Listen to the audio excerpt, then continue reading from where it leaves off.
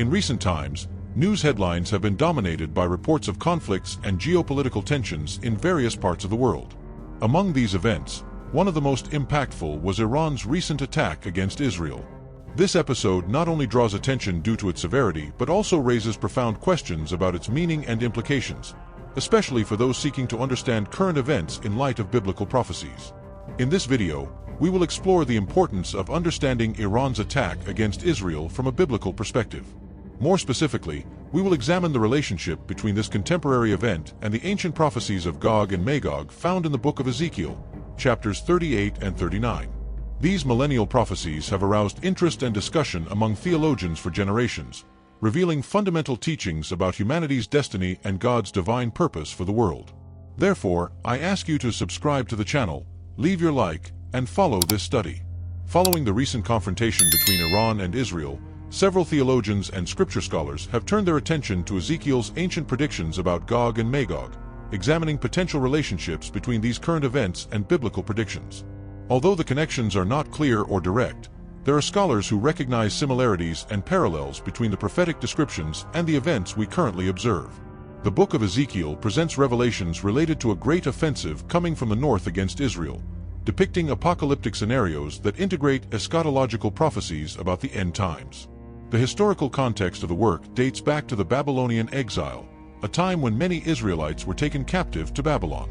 Ezekiel, who was a priest and prophet, received visions and divine messages during this period. Chapters 38 and 39 are inserted in this context of captivity, offering prophecies designed to strengthen and guide the people of Israel about their future.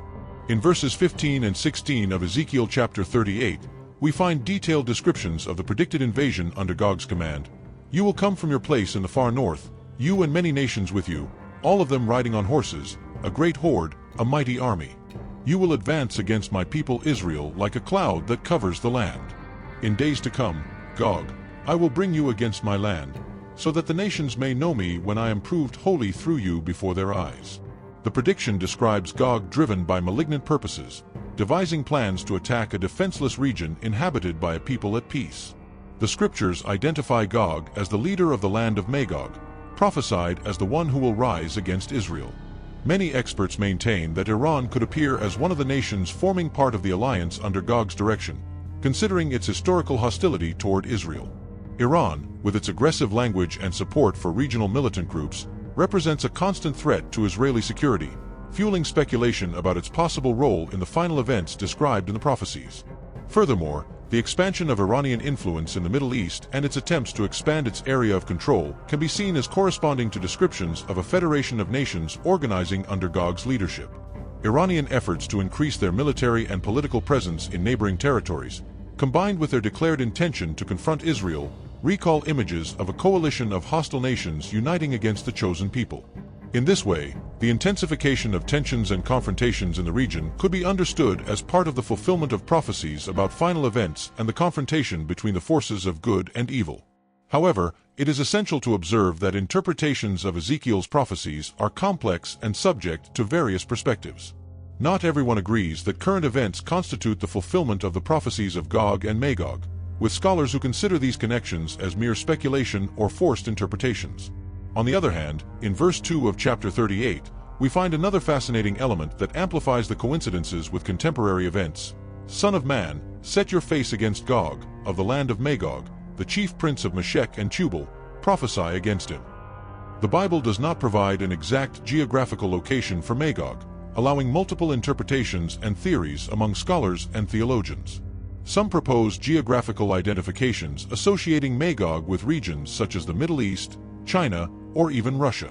However, the most accepted interpretation suggests that Magog may represent not just a country, but a confederation of nations hostile to Israel. The complexity of this alliance demonstrates the geopolitical scope of the invasion, suggesting a convergence of interests contrary to Israel. Despite uncertainty about the precise location, Magog's role in Ezekiel's prophecies remains evident. It represents a force that unites with Gog to attack Israel, described as an imminent threat in the last days, followed by divine intervention. The spiritual significance of Magog goes beyond simple geographical identification, symbolizing the forces that oppose the divine plan, representing hostility and resistance to God's will toward Israel. Gog, as commander, does not act alone. He leads a well-equipped army, mounted on horses and armed with shields and spears. This detailed description reinforces the idea of a powerful military force. Verses 12 to 14 detail this coalition. I will plunder and loot and turn my hand against the resettled ruins and the people gathered from the nations, rich in livestock and goods, living at the center of the land. Sheba and Dedan and the merchants of Tarshish and all her villages will say to you, have you come to plunder?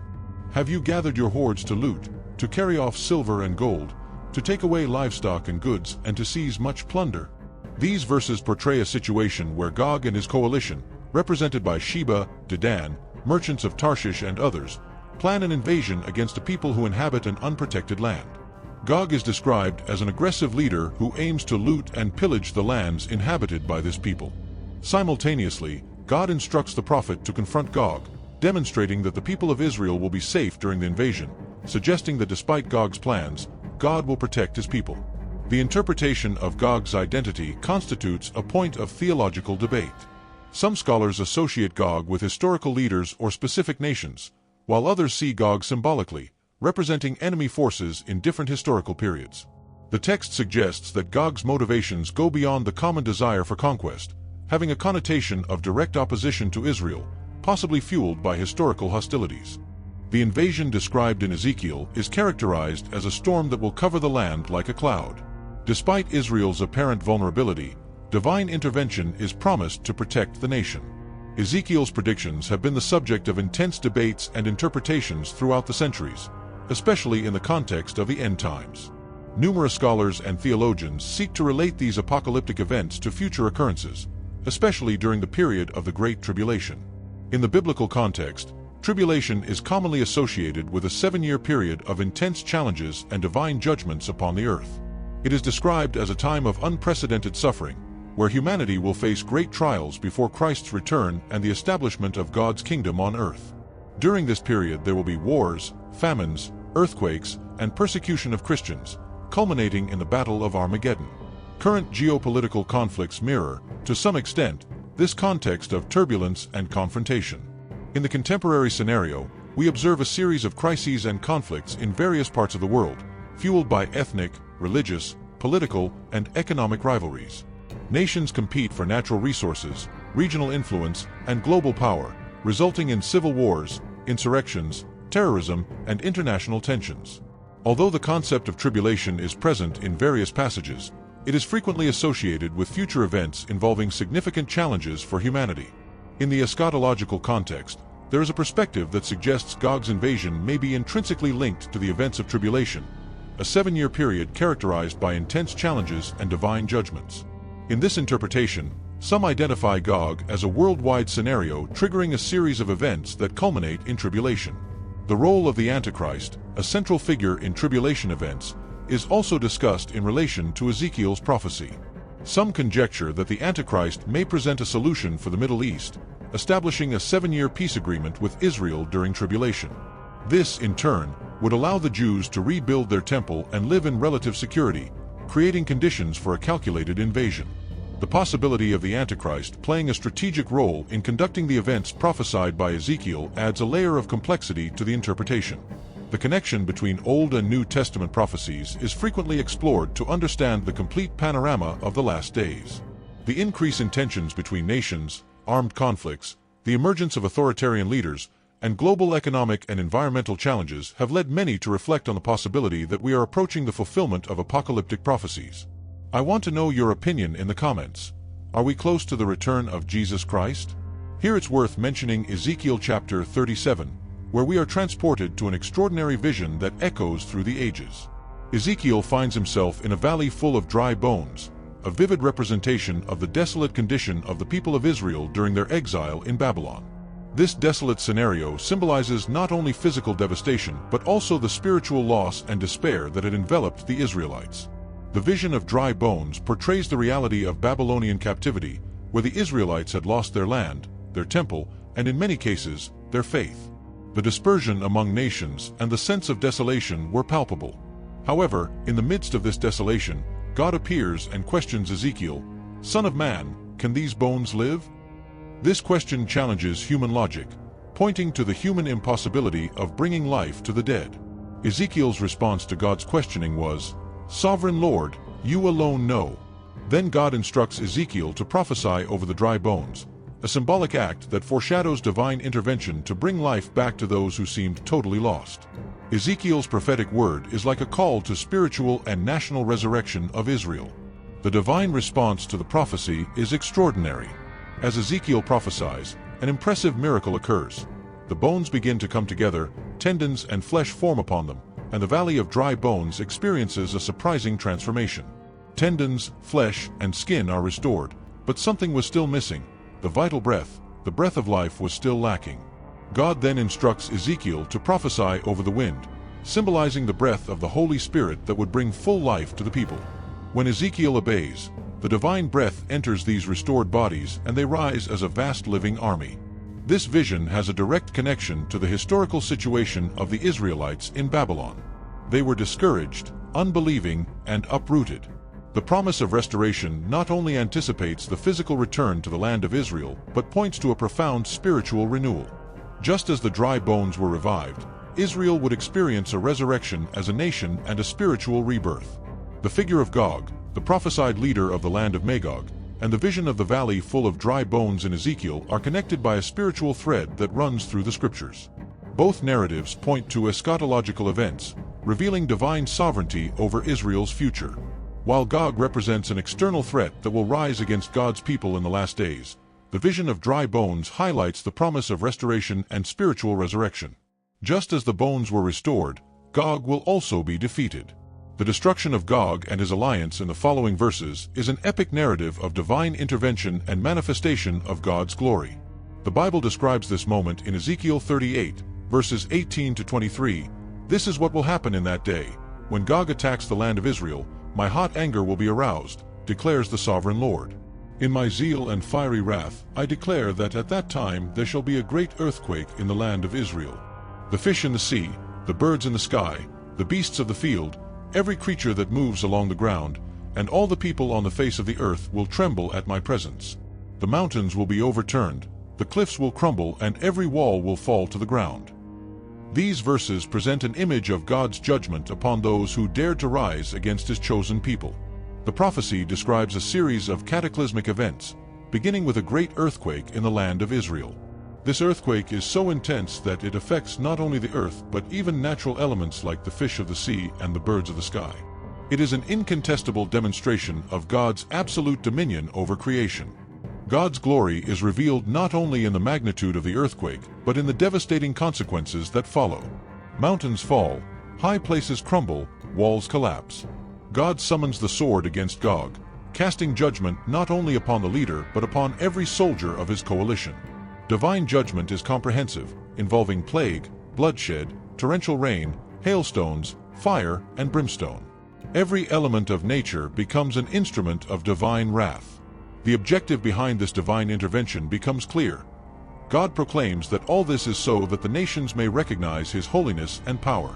He seeks to be sanctified before the eyes of all nations, revealing his majesty and sovereignty. The annihilation of Gog and his coalition serves as a divine testimony, an unmistakable declaration that the Lord God reigns supreme over all things. The permission of this invasion and subsequent judgment is not only an act of divine justice but a strategy so that the nations of the world may see and know the God of Israel. God uses Gog's disobedience to reveal his glory in a powerful and unquestionable way. He not only defends his people but also seeks the redemption of nations through the revelation of his glory. God's guarantees about Israel's restoration, as specified in Ezekiel chapters 36 to 39, are an extraordinary testimony to divine faithfulness and his sovereign plan for the chosen people. These prophecies not only reveal Israel's future, but also illuminate the crucial role this nation will play in the last days. God, through the prophet Ezekiel, announces a remarkable transformation in Israel's condition. He promises to bring his people back to their land, restore their prosperity, and renew their spiritual heart. The desolate land will flourish again, and the people will be purified from their past impurities. God will not only restore the nation physically but also spiritually, pouring out his Spirit upon them. These promises of restoration are grounded in God's unwavering faithfulness to his promises made to Abraham, Isaac, and Jacob. Other biblical prophecies resonate with these prophecies, outlining Israel's specific role in the last days. Ezekiel's prophecies interweave with passages from other books like Zechariah and Revelation, revealing a broader picture of the divine plan. The vision of dry bones in Ezekiel 37, for example, has a direct relationship with God's promise cited in Zechariah chapter 12, verse 10. "And I will pour out on the house of David and the inhabitants of Jerusalem a spirit of grace and supplication.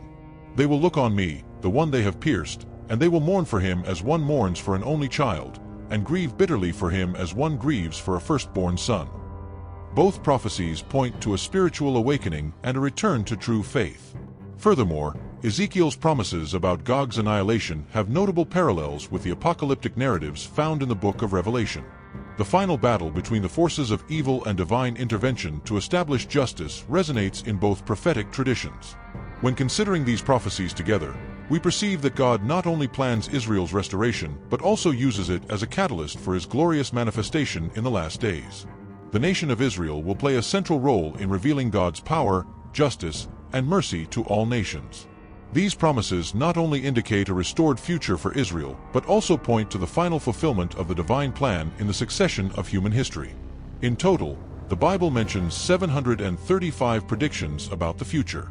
Of these, 596 predictions have already been fulfilled literally according to the Scriptures, proving the authenticity and reliability of the content present in the Bible. The impressive mark of 81% of all biblical prophecies already materializing is notable. Some of these prophecies were made centuries before the events, which highlights the remarkable precision of the Scriptures. These prophecies, although dealing with varied themes, primarily provide Jesus' teachings for Christians. The interpretation and response to these events should be based on faith and divine wisdom.